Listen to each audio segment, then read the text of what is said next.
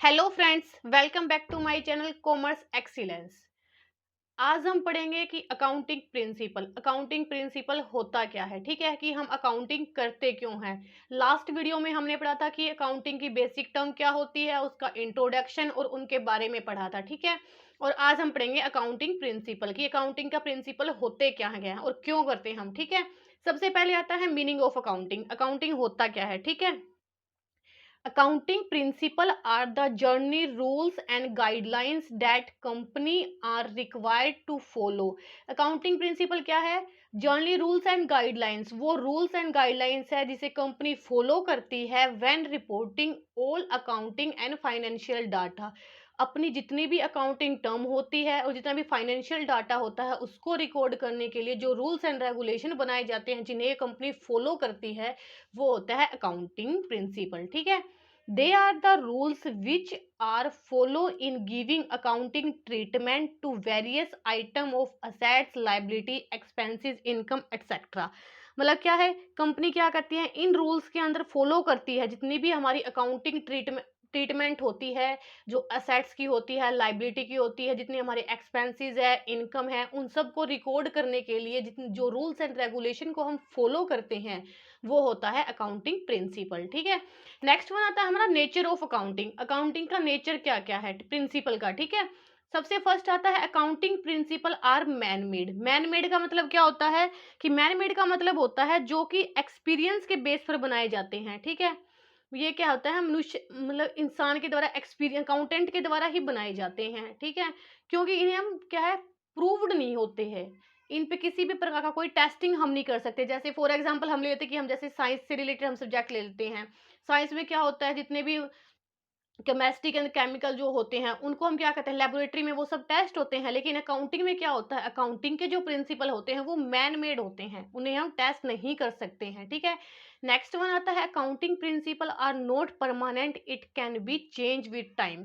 क्या कहता है कि अकाउंटिंग के जो प्रिंसिपल है वो क्या होते हैं, परमानेंट नहीं है, वो चेंज होते रहते हैं टाइम के साथ साथ। ठीक है, जैसे कि गवर्नमेंट के जो रूल्स हैं उनकी पॉलिसी में किसी प्रकार का कोई चेंज हुआ है तो हमारे अकाउंटिंग रूल्स में भी चेंज हो जाता है। ठीक है, चेंज इन बिजनेस, बिजनेस में कोई चेंज हुआ है या कोई नया पार्टनर बिजनेस के अंदर एंटर कर रहा है या फिर कोई पार्टनर की डेथ हो जाती है तो अकाउंटिंग में किसी प्रकार कोई चेंज होता है तो वही कहता है कि अकाउंटिंग प्रिंसिपल नॉट परमानेंट, कि ये परमानेंट नहीं है। ठीक है, जनरली एक्सेप्टेड, क्या होता है कि जनरली एक्सेप्टेड होते हैं क्योंकि ये क्या होता है, बेस होते हैं रूल्स एंड गाइडलाइंस के ऊपर, इसीलिए। ठीक है, नेक्स्ट वन आता है काइंड ऑफ अकाउंटिंग प्रिंसिपल, कि इसके अकाउंटिंग प्रिंसिपल के काइंड कौन कौन से हैं। मेनली टू टाइप के काइंड होते हैं अकाउंटिंग प्रिंसिपल के। फर्स्ट वन आता है अकाउंटिंग कॉन्सेप्ट या फिर अजम्पशंस, सेकंड वन आता है अकाउंटिंग कन्वेंशन। ठीक है,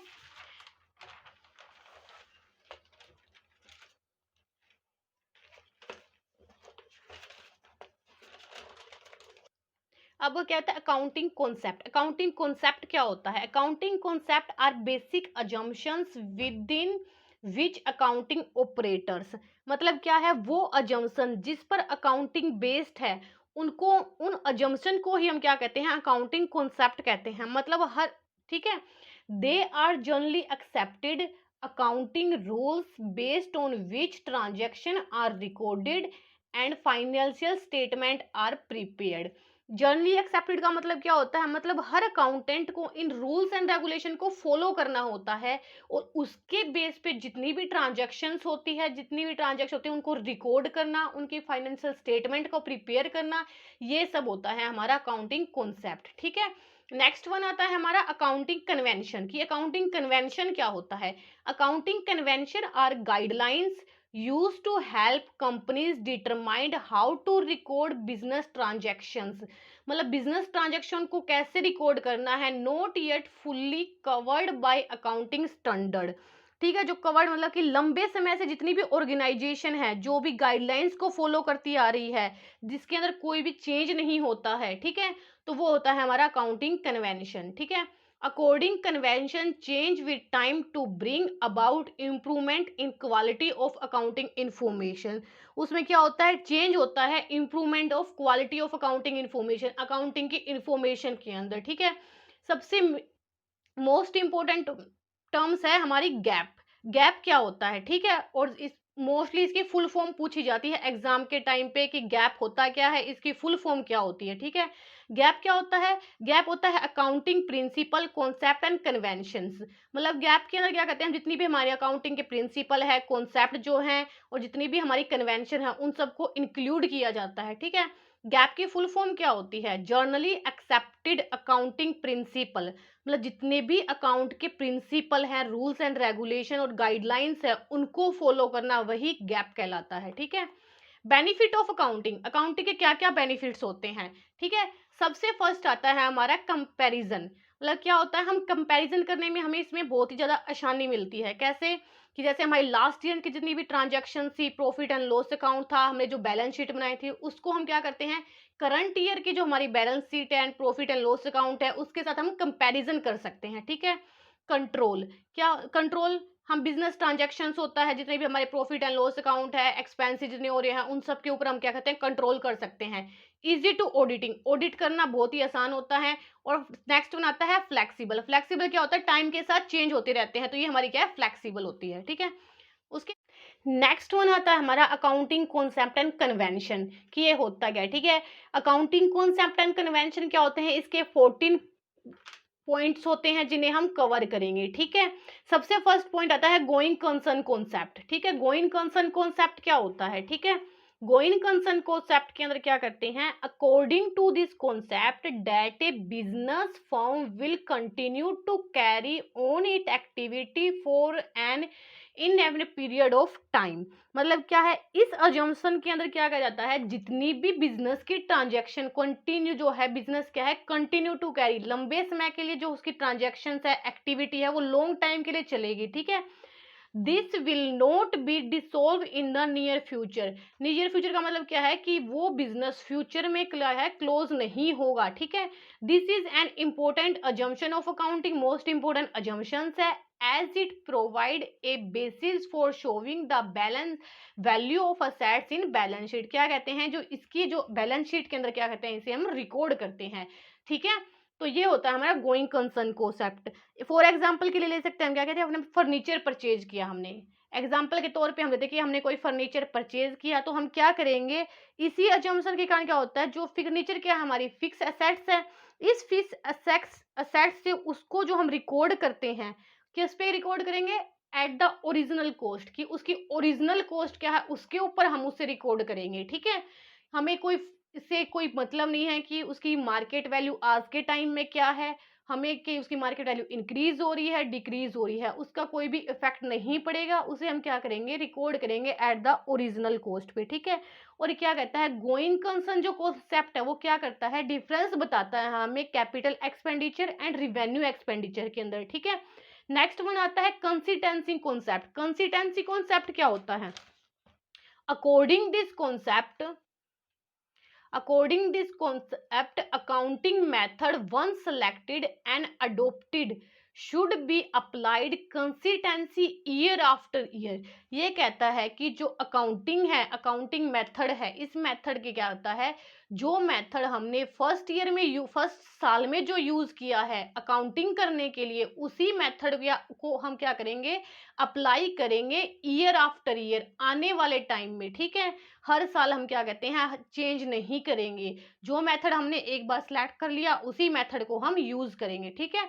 कंपैरिबल विद प्रीवियस ईयर, क्या ये क्या कहता है कि कंपैरिजन करने में आसानी होती है, क्यों होती है, क्योंकि इससे क्या होता है, जो बिजनेस की क्या होती है, ट्रांजैक्शंस होती है, उनको रिकॉर्ड करते हैं, तो profit and loss account, balance sheet की क्या है, कंपैरिजन करने में आसानी होती है, ताकि मैनेजमेंट एनालाइज कर सके कि उसे कितना प्रॉफिट हो रहा है और कितना लॉस हो रहा है, ठीक है। नेक्स्ट वन आता है eliminate personal buyers. Personal buyers क्या होते हैं, पर्सनल बायर्स का कोई चांसेस नहीं होता, ना ही किसी प्रकार का कोई फ्लॉड होता है, ठीक है। फॉर एग्जांपल के लिए हम ले सकते हैं कि जैसे कि हम क्या करते हैं, टू डेप्रिसिएशन लगाते हैं किसी मशीनरी के ऊपर, ठीक है।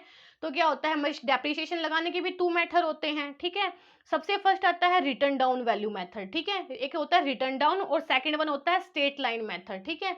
अगर हमने कोई मशीनरी परचेज की है, तो हम उसके ऊपर डेप्रिसिएशन जो हमने फर्स्ट साल में यूज किया था रिटर्न डाउन मेथड से लगाया था, तो हम अगले साल उसके ऊपर डेप्रिसिएशन रिटर्न डाउन मेथड से ही लगाएंगे, ना कि हम स्ट्रेट लाइन मेथड से लगाएंगे, ठीक है।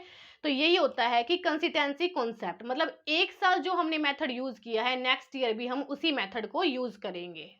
नेक्स्ट वन आता है हमारा एक्यूरल अजम्पशन की एक्यूरल अजम्पशंस क्या होती हैं, ठीक है।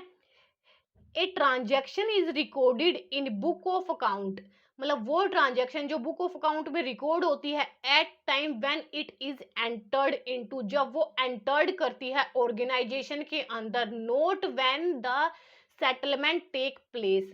मतलब क्या है सेटलमेंट टेक प्लेस का मतलब क्या है कि उस जो एंटर्ड हुई है, जो भी ट्रांजेक्शन एंटर हुई है ऑर्गेनाइजेशन के अंदर, क्या है, चाहे उसका हमें कैश रिसीव हुआ हो चाहे वो कैश में रिसीव ना भी हुआ हो, हम उसको उसी टाइम पे रिकॉर्ड करेंगे जिस टाइम पे कोई भी ट्रांजैक्शन एंटर करती है कंपनी के अंदर। तो वो होता है एक्यूरल अजम्पशंस, ठीक है।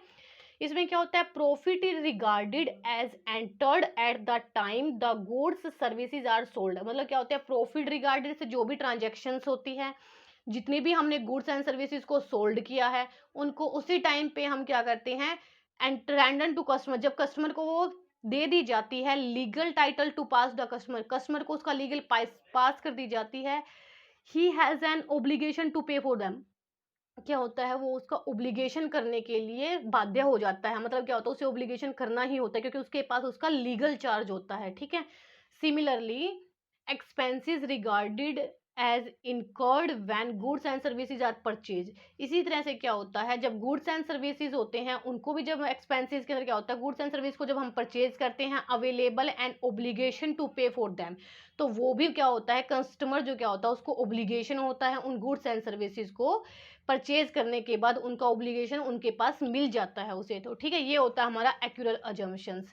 ठीक है फ्रेंड्स, तो आज हमने पढ़े थे 3 concept, going concept, consistency concept and accrual concept, ठीक है। जो नेक्स्ट हमारे 11 पॉइंट्स हैं उसको हम नेक्स्ट वीडियो के अंदर पढ़ेंगे, ठीक है।